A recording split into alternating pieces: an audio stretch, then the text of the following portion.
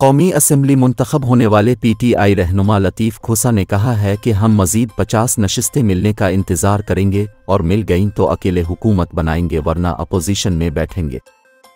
लतीफ़ खोसा ने कहा कि जिस पार्टी के पास सबसे ज़्यादा अरकान हो उसे ही हुकूमत बनाने के लिए मदऊ किया जाता है।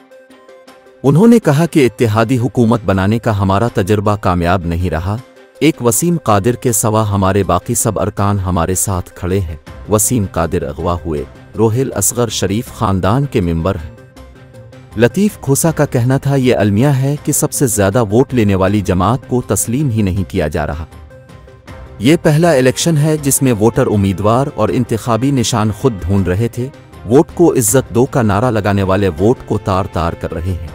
हम लूट मार करके बाहर भागने वाले नहीं, ये आते हैं पावर गरीब करते हैं और लूट मार करके बाद बाहर भाग जाते हैं। वाज़ेह रहे कि आम इंतखाबात में पाकिस्तान तहरीक इंसाफ के हिमायत याफ्ता 92 आज़ाद उम्मीदवार कामयाब हुए हैं।